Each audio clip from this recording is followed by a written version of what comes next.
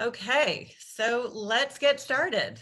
First of all, thank you all so much for joining us here today for our topic of nurturing students through home learning and supporting the role of students, parents, and educators during this COVID-19 experience that we are having.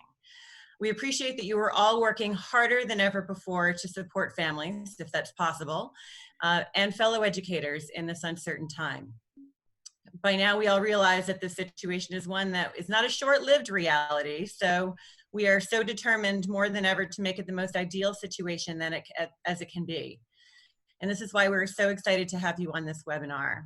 We feel strongly that there are some real opportunities to make the most of this changed landscape and to connect and empower our students and our families in ways that maybe we weren't able to do before, maybe we didn't have to before, but now we actually have some new means to do so. I know you'll especially enjoy hearing from our special guest, Pat Keeney, who has tremendous experience not only as an educator and distance learning expert, but also as the parent of two once upon a time online learners. And during this conversation, Pat and I will be discussing some ways that educators can create a positive experience for parents and students, varying strategies for making connections with students, and effectively engaging parents in home learning. Before we begin, I just want to say thank you to Pat for joining me on this webinar today, and to my colleague John Fisk for helping to moderate today's session. You'll see them in the top of your screen. I will let Pat and John introduce themselves in a minute, but first I just want to say hello and go through a few housekeeping details. My name is Patricia Gagnon, and I'm the SVP for Programs and Practice at IntelliSpark.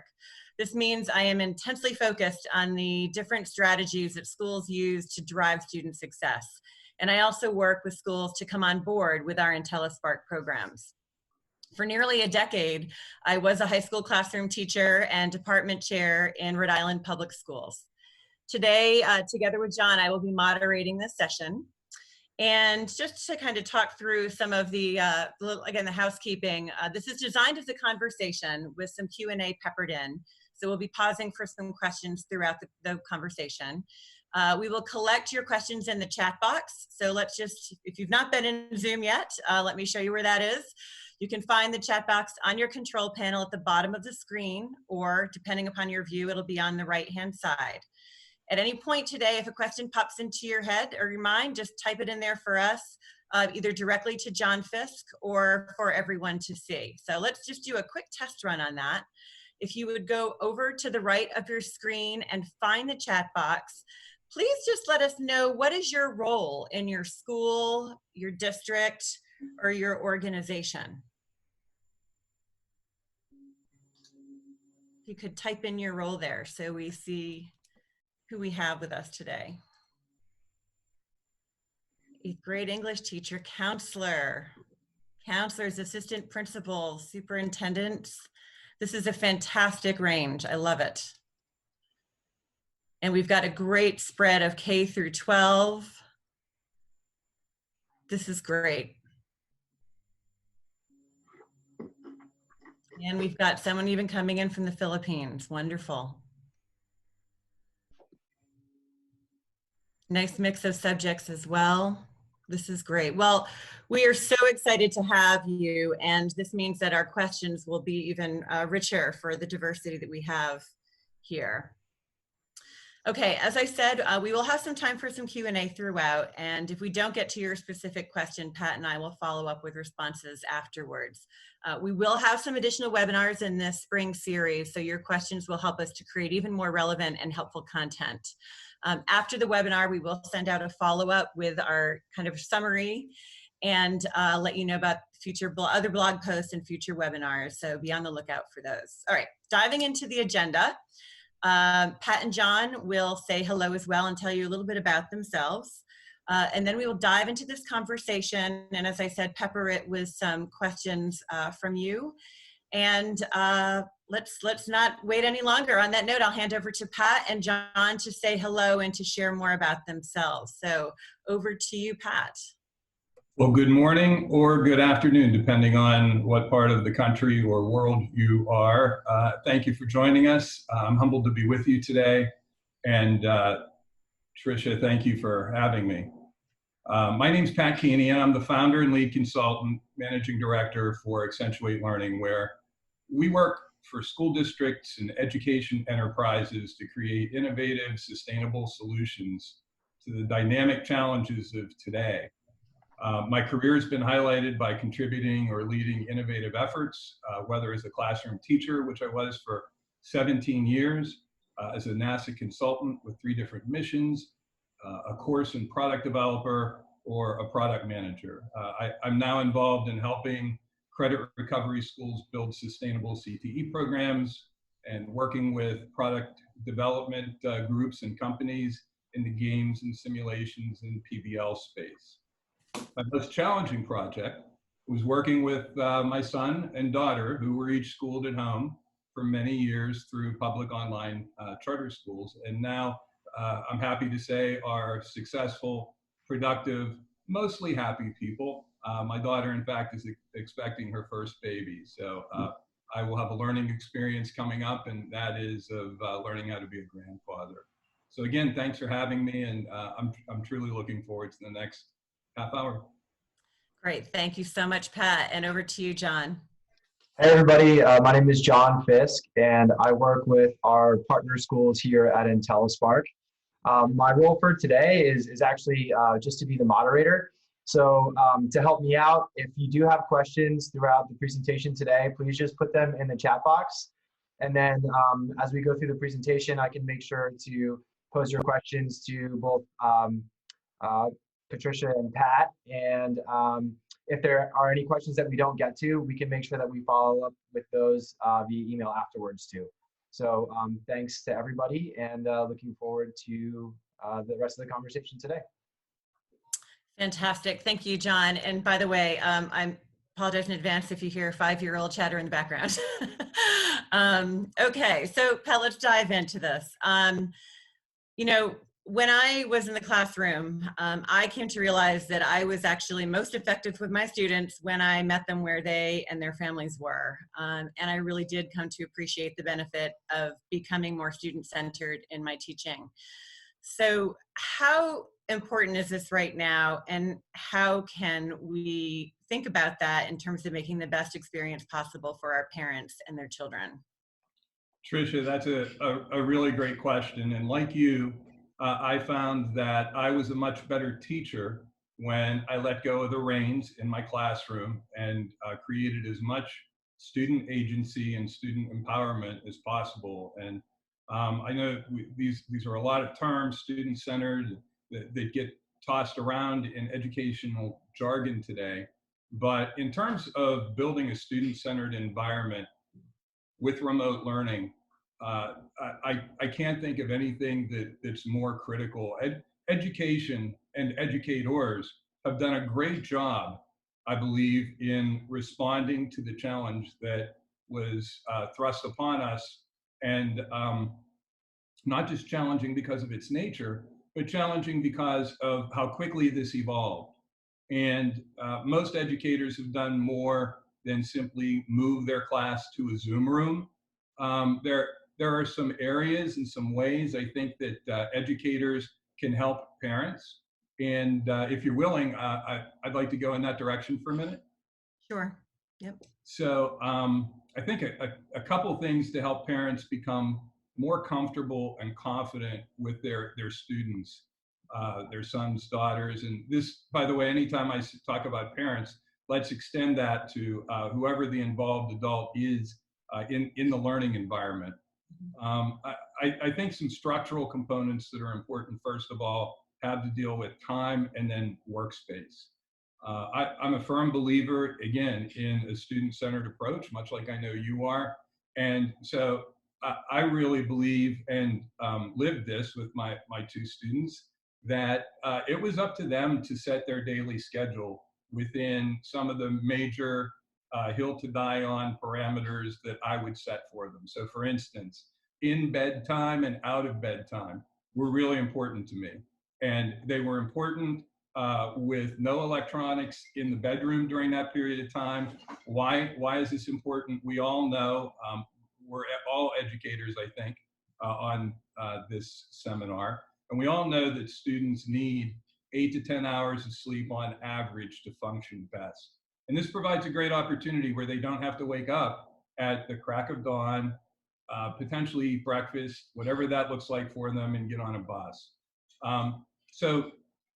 We have the opportunity to help students develop flexible schedules where for one student, a day may work best from 7:30 a.m. to 2 p.m. For another, it may be 10 a.m. to 4 p.m.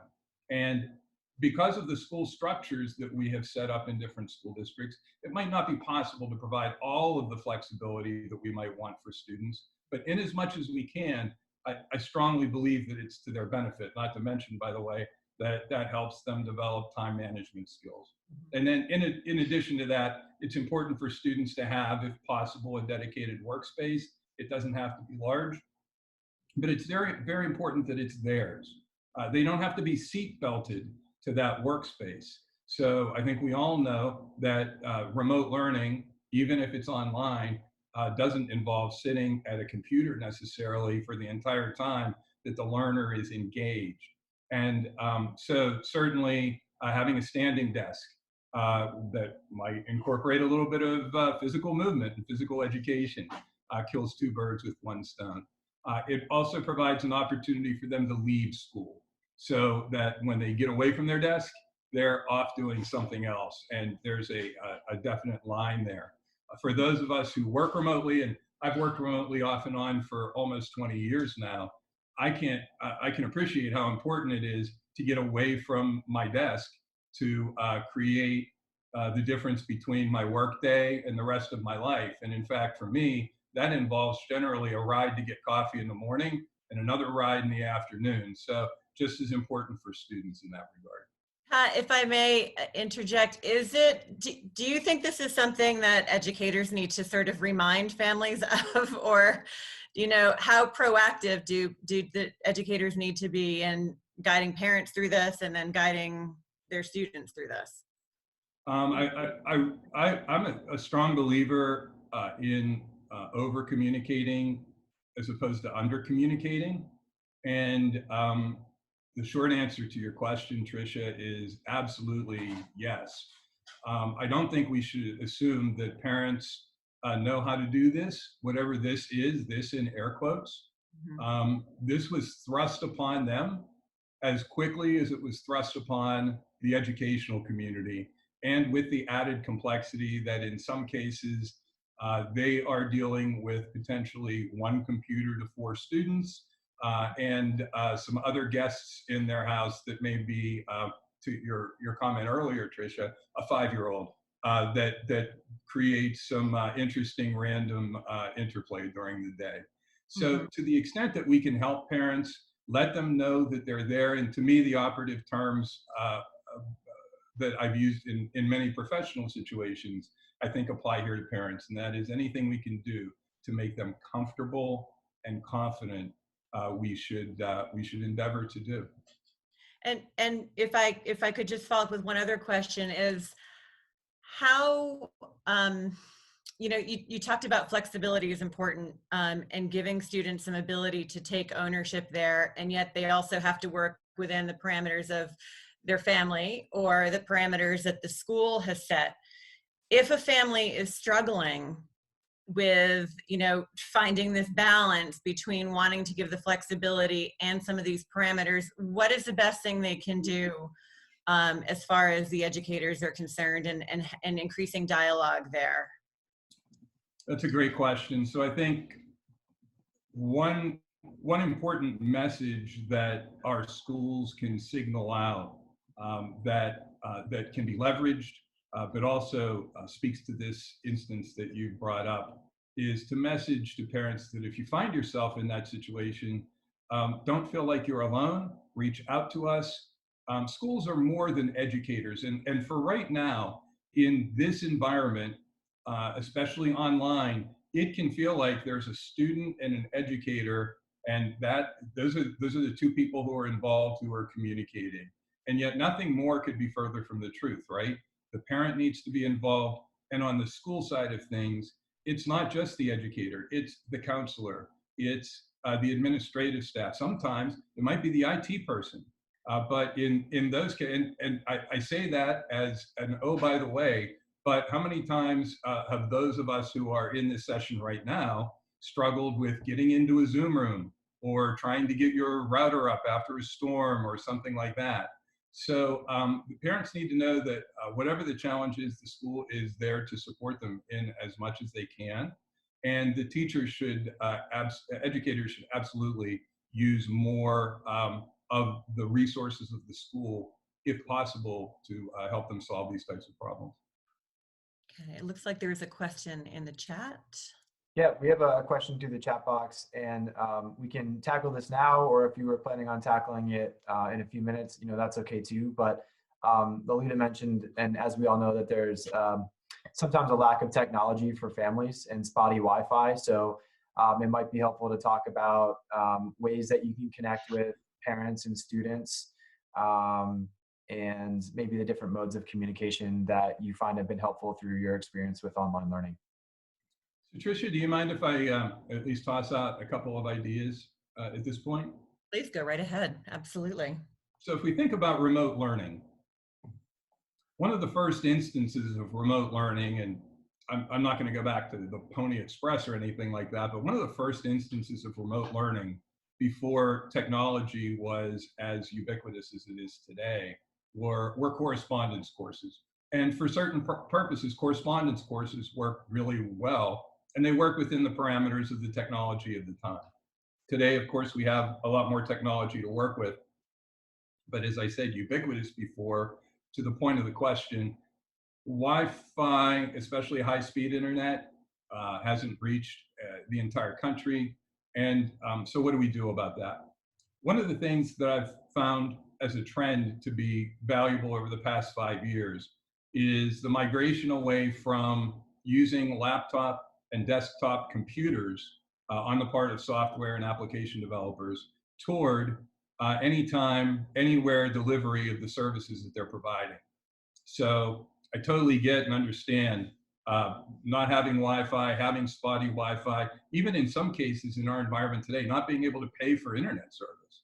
But by the same token, to the extent that we can use all of the technologies available, like students' cell phones or tablets, I think that's to our benefit.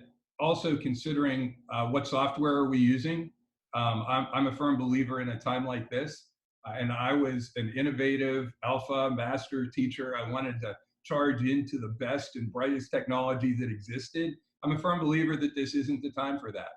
This is the time to think about what is the lowest common denominator that all of our students have access to and all of our families have access to, at least for the most part. And that boils down to things like email. And perhaps when we think about other applications, not everybody has Microsoft Word, but everybody does have some type of word processing program. Zoom is something that's accessible, although certainly has a broadband requirement, but it's accessible through cell phones, and many web conferencing tools are. In fact, I'm shamed by my family because I still use an Android phone, and the rest of my family uses one of those really fancy, powerful iPhone things.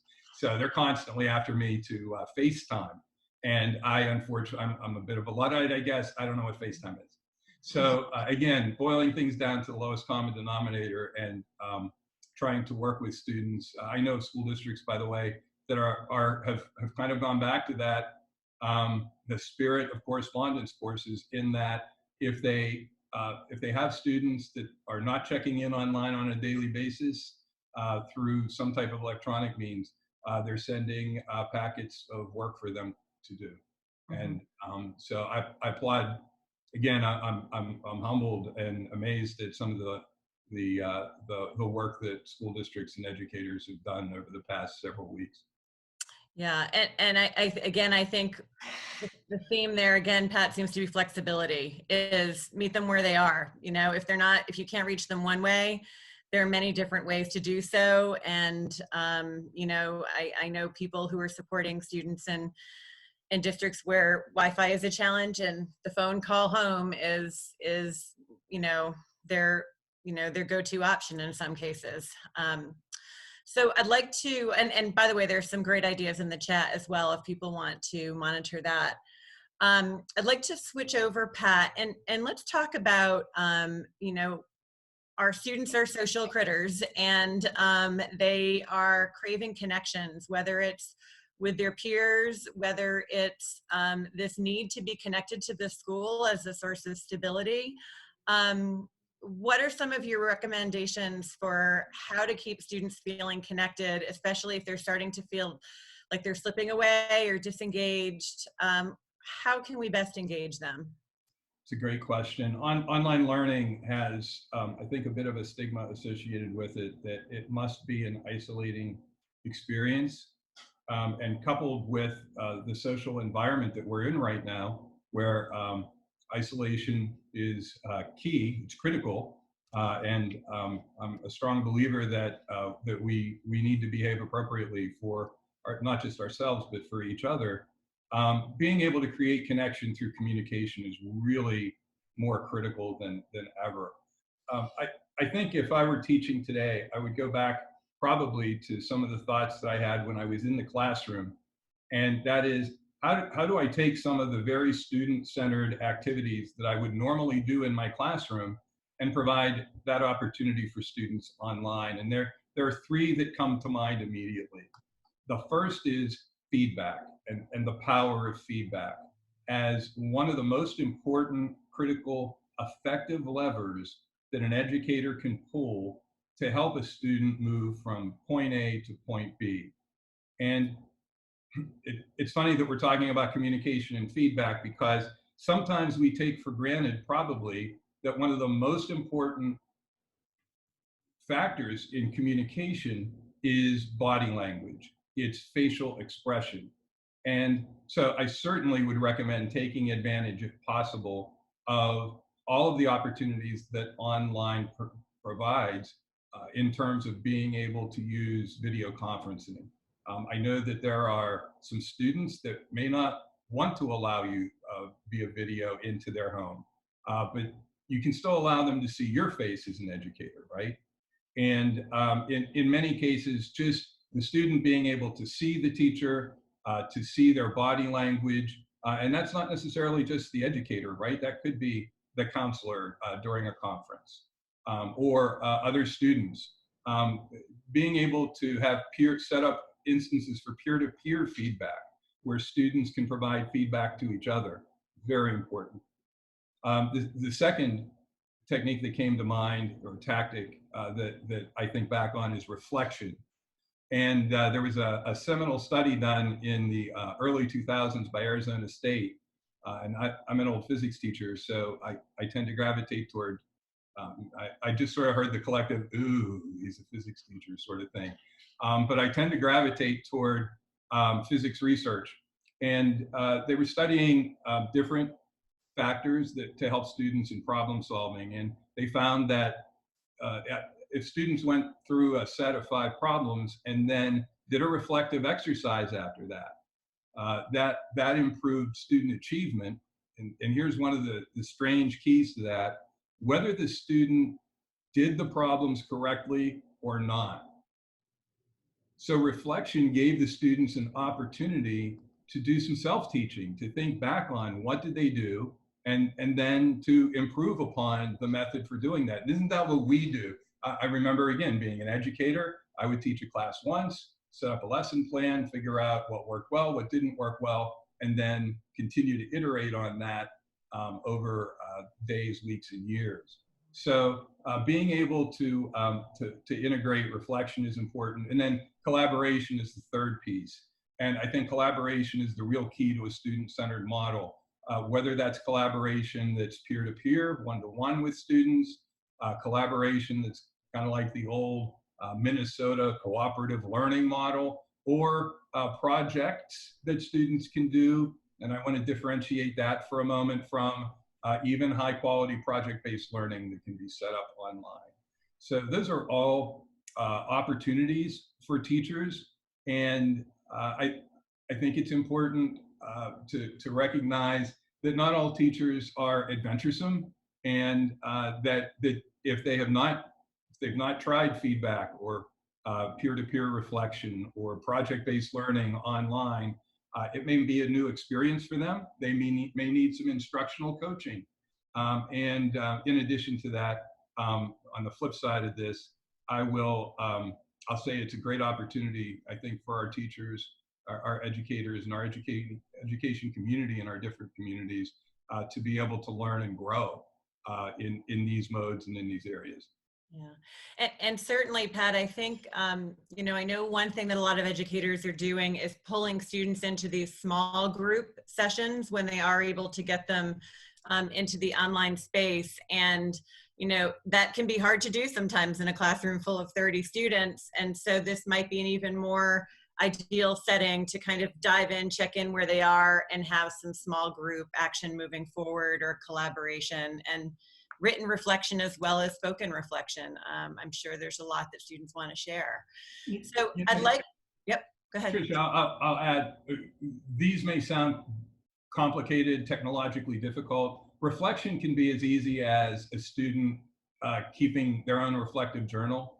It can be as easy, if they want to share it with a teacher or peer-to-peer, as email. So again, I think keeping things simple from a technology standpoint is key before we get really fancy. And again, I'm sure that there are alpha teachers who have they probably already have classrooms set up in Minecraft and are kind of ready in that regard. But I think just as we give students, hopefully, the opportunity to try things, make mistakes, and learn from those mistakes, this is an opportunity for great growth for educators as well.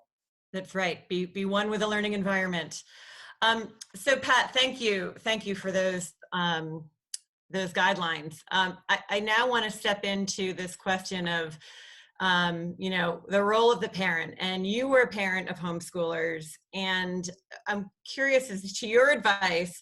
What is the best way that educators can help parents in this touchy shift that they've been asked to take into actively supporting their students, their children, when some children are very sensitive about having their parents in their business, and the balance to be struck when we want students to be taking ownership and being independent? So what's the best way for parents to engage in this touchy reality? Yeah, that's a great question, Tricia. And I don't think I'm the only educator in this room that is also a parent. And as such, those of us who are parents, and even though my son and daughter are now in their 20s, we're still parents. And sometimes they really like us, and sometimes they really don't like us, and sometimes we're communicating very well, and sometimes we'd rather not talk to each other. At least that's the reality sometimes of the Keeney household. And I think we're just a normal family, and that's the normal dynamic that occurs.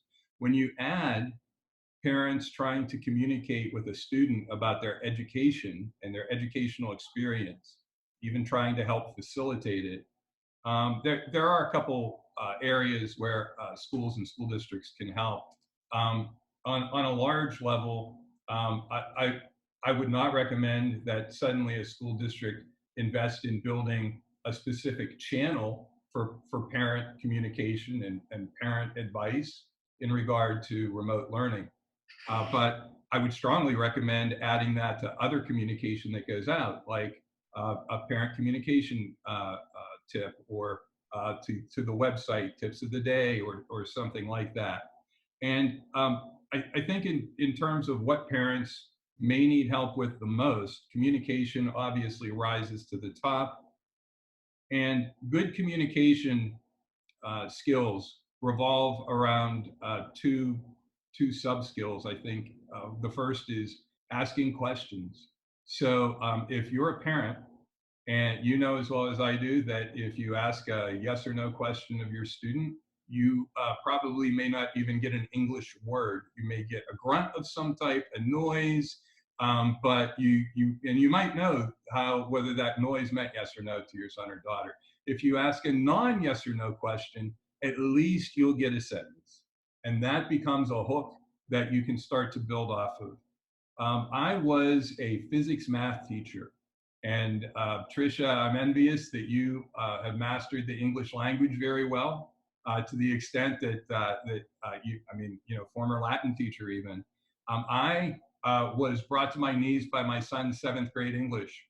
And so in facilitating his experience, a lot of what I did was asking questions. Tell me more about this. What do you think about this? How does this work? This seems like a problem. How do you fix it? Those types of questions that elicit deeper responses, especially responses that are at the higher end of Bloom's taxonomy, end up being questions where at first your son or daughter may be suspicious as to why do you want to know this, but after a while, keeping at it, I think they appreciate that you're involved. The other piece, I think, is that parents need to listen well and deeply and appreciate that students today do not talk like people of my generation, at least. And, certainly they use an awful lot of abbreviations, some of which are maybe even be unsavory. In addition to that, 4-letter words. I just watched, just ended up watching Picard, the newest Star Trek on TV, and was interested when I heard the first use of an expletive that I wasn't used to hearing as a Star Trek fan. And I'm sure that is to help the narrative with younger viewers and help them understand the emotion of a particular scene, etc. My son and daughter were advanced in terms of using that type of language beyond where I was, and it took me a while to catch up. I didn't join them necessarily, but by the same token, they speak differently, and to the extent that we can listen, be accepting, be empathetic, I think that becomes important even beyond the content. Yeah. Great. We have another question coming through here and echoed by another person as well. So, in a school, there are definitely some students who are disconnected or not engaged, in a physical brick and mortar school. And some of that is translating over into the home. And so what are some ways that educators, school counselors, administrators can connect with students who are traditionally hard to connect with even in a brick and mortar setting? And what are some different strategies that you have for reaching those students? So that's a great question. And if I had the blanket answer for that question, John, I may not be here. I may be retired after having written several books on how to reach students who are difficult to reach. I will offer a couple observations, though, and that is that in some cases, students who are hard to reach are hard to reach because of social factors that they typically experience in a school day, and in some cases they're unfortunate, like bullying.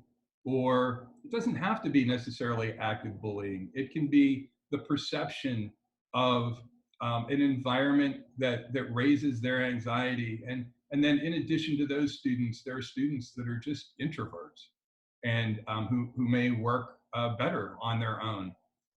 So first of all, continuing to reach out, not giving up on those students, not assuming that they've dropped off the face of the earth, but assuming that they need what we provide in education, and not just from a curricular standpoint, but from a human touch standpoint is important. So keeping at it. In addition to that, knowing your students. I was a proponent on getting to know my students the first day in as much as possible with a big packet of information I had them fill out. But there were certain things, certain aspects of their learning styles and their lives that I wanted to know about, and taking advantage of knowing that student and being able to reach them on their terms, whether they are an introvert or whether they may have been bullied, or I think in some cases we find, I have found this with a district that I work with in Ohio, and that is that there are students who are just ashamed of their home life, and they don't want people to know what happens in their house because there's abuse in the home, or because the home is an unsavory a place from a physical standpoint. I acknowledge that it's a challenge. I don't have a great answer for that. But the advice, A, keep at it, and B, understanding what you know about the student already. In some cases, it may be as simple as they're an introvert, and that's something that you can work with. But in some cases, there may be other social factors that are involved, and those go well beyond just the educational curricular act of learning. Pat, one idea you also shared, I've also heard you say, is you mentioned this packet that you would send out to get information from students. But we recognize that if a student is highly disengaged, they may not be willing to fill out any packets or long surveys. But one that it was really interesting you shared was this idea of, you know, an every other day quick email with just one or two quick questions and probably something that is a little bit more student, again, high interest to students, to try to get a little bit of information out of them that doesn't take a lot of effort, that could be a hook to their reconnecting. You know, sometimes it's little baby steps, and it's picking up on any little piece of information they give you and showing that interest in that little bit of information that they've shared to try to reconnect them. So I loved that idea. It doesn't have to be a comprehensive survey. It could be an email with one or two quick questions that elicit a personal response from them, because I think that personal piece is what's going to bring them back. Agreed. Could be an effective pulse check. It could be connected to the curriculum that you're working with and that they're working with. There are many tools, including email, that can be leveraged effectively to be able to just have that continuous day-to-day quick hit. I know I have a team of people who report to me in one of the instances that I'm working in. One mentioned the other day that if she doesn't hear from me every day, she thinks something's wrong. So even in that regard, we're living in a time when that connection and connection through communication becomes important. And I think we feel it, students and parents certainly, I'm sure, feel it as well. Yeah.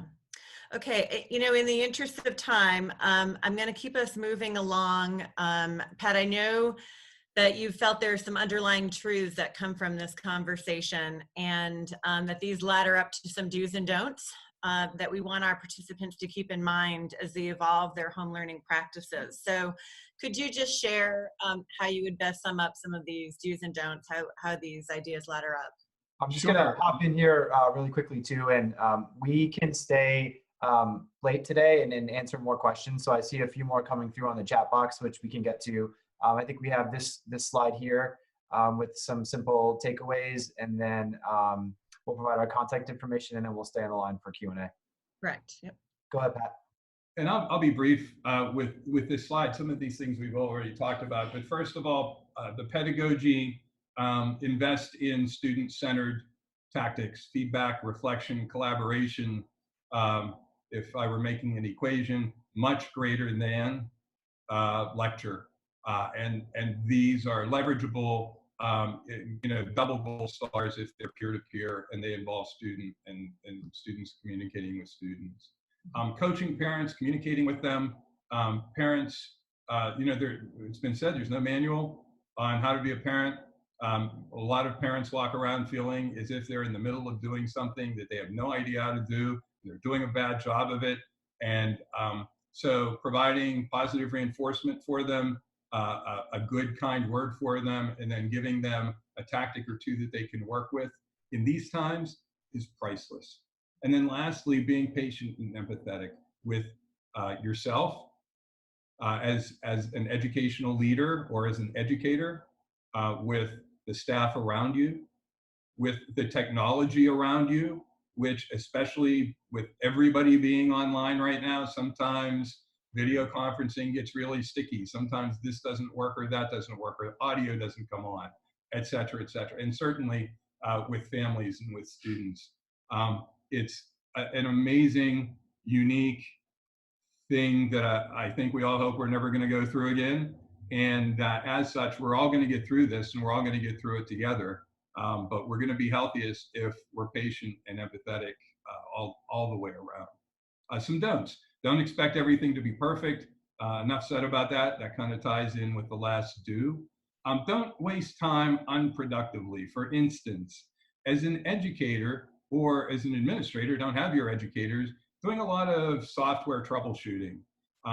Most of the time, what's happening on the student screen with their computer, with their Wi-Fi, with their network is something that as an educator, we can't troubleshoot anyhow. If you have an IT department, great, maybe they can help. I will add that one 21st century skill that students need to learn is how to get a hold of tech support for whatever software challenge they're having. And I don't say that in a cynical way. I say that in from a perspective of somebody who's been involved in career education now for a while. And I'm a fan of helping students build 21st century skills. That is a 21st century skill, like it or not, I think. Lastly, instead of the newest, coolest software, technology, hardware, opportunities, and again, I was one of those teachers. I would have been in Minecraft like that. If I hear about a new 3D simulation, MMORPG, I'm in it. And so this is kind of do as I say, not as I do, I suppose. But think about the lowest common denominator that will work best for all students. And I keep returning to email. Don't forget, students have cell phones. They're not all on laptops and desktops. And there's a lot of great software, cloud-based software especially, that works well on any device. So just 3 do's, 3 don'ts that may help.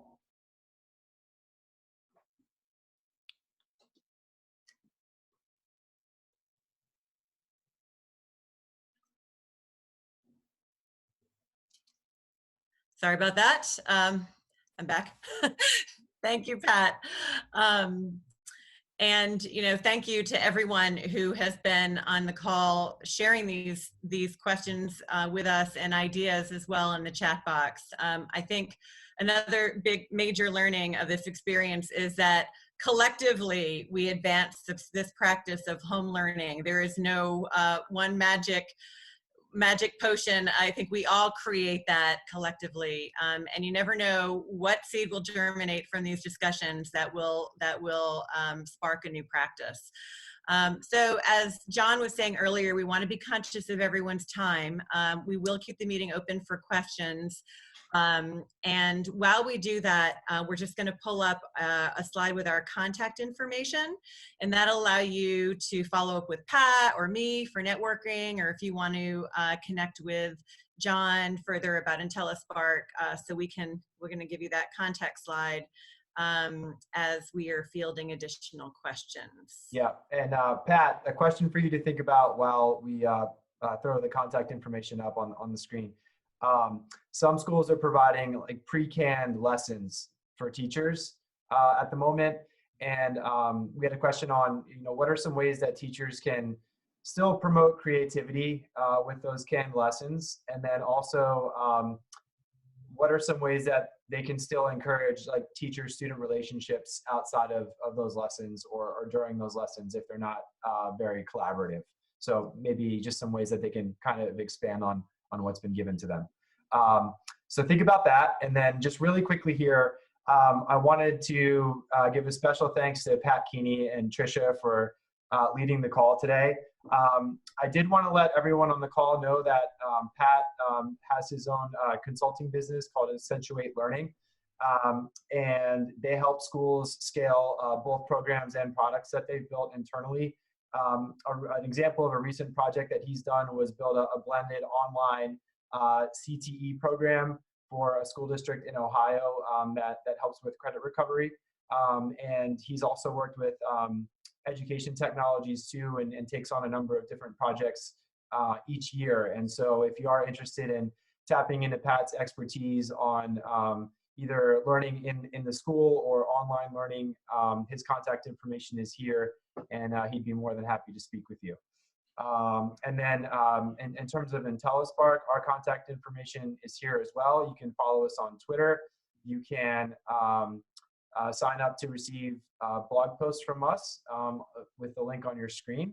And then you can also reach out to myself or Tricia as well.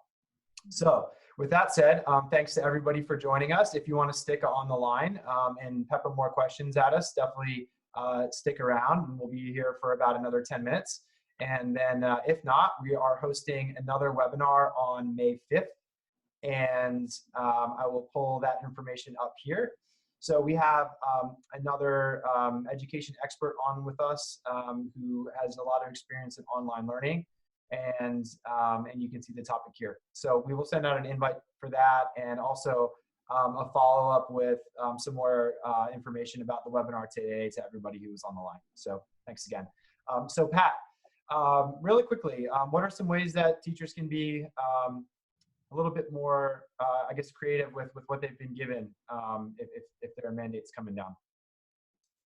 That's a great question.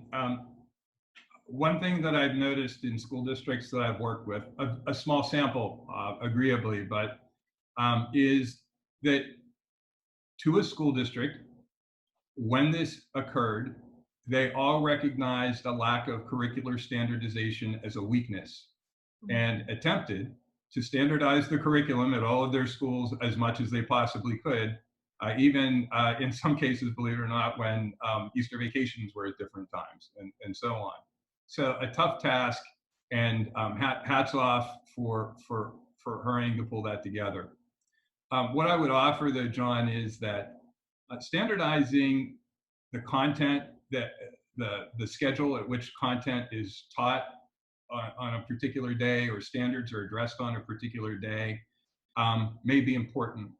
But assessing students in a way that may be creative, fun, interesting, in their wheelhouse, but maybe not yours, also is an opportunity. And I'm going to offer up two words as kind of a simple way to answer this question, and that is TikTok.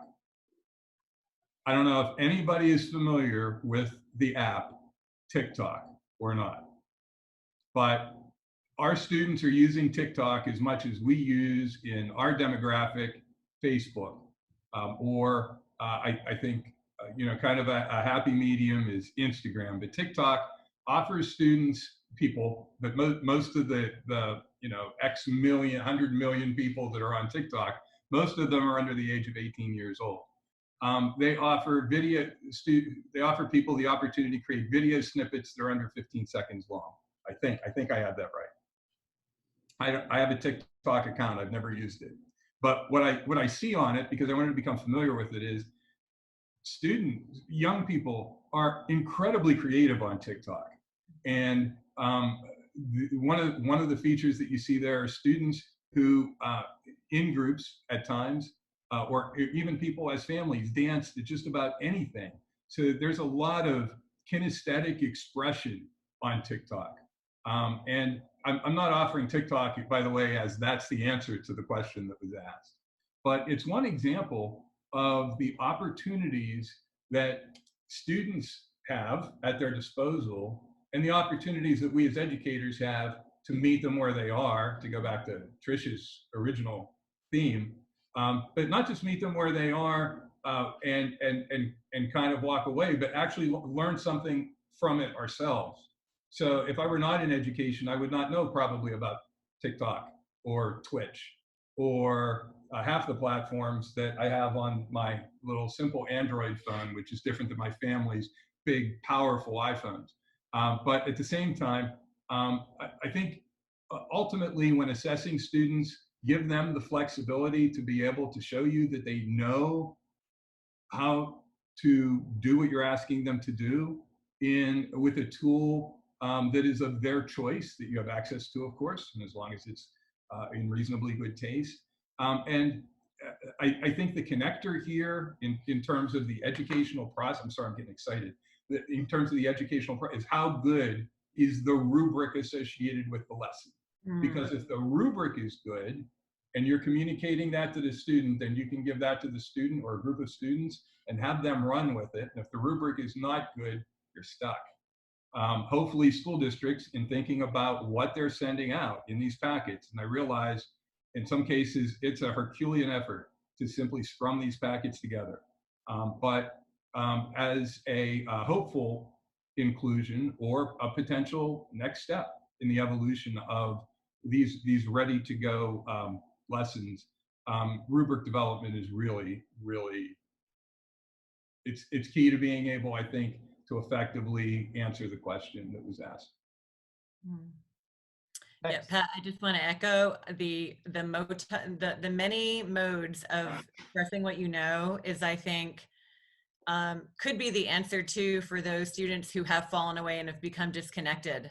You know, send them a packet, they may not do it, but if you say, show me how show me your learning in whatever way works, you got to throw them a hook, you got to throw them a line, and it's just amazing when you stimulate the creativity, how it can change things. And you know, I've heard some educators say, yes, my administration wanted me to do this, and you can still do this, but the how you do this can create some opportunities. Mm-hmm. Well, thanks. That's great. I think there's the one last question that we had was, what are some simple things that teachers can do to encourage teacher-student relationships? And then maybe we'll wrap up there. Could you repeat the question again? What Yeah, can just teachers do what are, to build relationships with other teachers? With students. So what are some simple ways that teachers can promote teacher-student relationships, so can build relationships with their students during this time?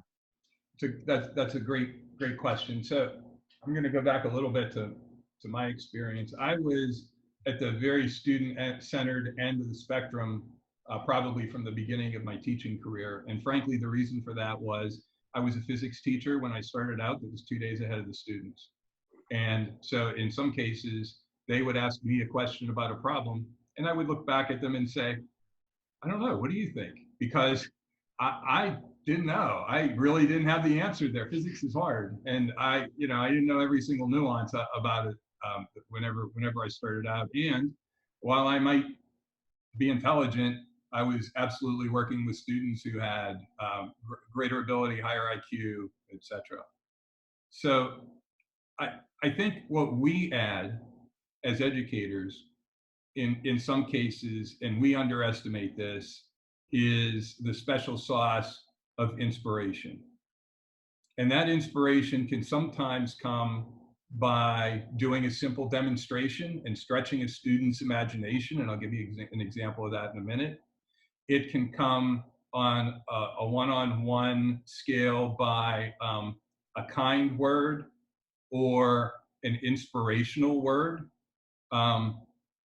I think one of the things that people hear less today, because there's less verbal communication than there was 2 months ago, is, I believe in you. You can do this. So in the environment that we're in today, people don't want to encourage each other less, but the actual encouragement getting from point A to point B is a little bit more awkward than it was whenever everybody was all in the same room. An example, though, of a really quick demonstration that I might go back to, and by the way, there are some students who distinctly remember the demonstration where, I don't know how many of you know about the electrostatic generator that makes your hair stand up. Well, they remember that, but they also remember the day I got shocked by it and actually did probably utter an expletive that day. And I don't know, by the way, that really inspired any of my students to do anything, but those are the types of things that they remember. And some of the things that teachers can show students are metaphorical. So I think one metaphor for being able to do what you think you can't do is asking students, can you create water that freezes at below freezing temperature? Can you create water? How hard would it be to create water that freezes at 28 degrees Fahrenheit instead of 32? Or for those of us who are international, if you're still in the room right now, that freezes at lower than 0 degrees Celsius. And, you know, students might wave that off and they might say, oh, it's impossible and NASA could do it and this and that. But for those of you who are here that may want to pass this on to people or try this as a trick at home, it is safe. All you have to do is put salt in the water, and salt depresses the freezing temperature of the water. Just like some of you who cook know that if you add salt to water, it makes it boil at a higher temperature, which is really valuable for cooking noodles, right? So if you go the other way with it, that's a bit of a little known fact. And it's a great metaphor for inspiring students and showing them how to break barriers. And in many cases, those are the types of lessons that are most valuable to students that they're missing right now. They're missing the physical connection with their friends. They're missing the visible connection with other students. And they're also missing from maybe that special teacher or two or a faculty group, that they're missing that inspiration and cheerleading that they may have grown used to, that got them through the first 6 months of the school year. So that would be that's what I would do, John, is maybe that's called shock and awe, I don't know. But anything to help students, to take them out of the sort of what the day-to-day drudgery, but not routine, but drudgery happens to be, and still be able to do some things that they can go, oh, wow, to. You know, Pat, I'm laughing to myself because you think of the thing that is a surprise. When you surprise students, they love it. They just love when you go somewhere that they just don't expect. And then they're like, huh, okay, let me pay a little more attention here. And I think they love a little bit of the unknown. And so I don't know that I would have the physics examples, but I definitely loved to surprise them. And it kept them coming back because they, you know, they like to know that you're up for a little bit of fun too. And I think they need a little bit of that right now. So I love those. And Tricia, to your point, by the way, you know, in some cases there are safety precautions that you might want to take. Don't try this at home. I was a fan of explosions, controlled explosions.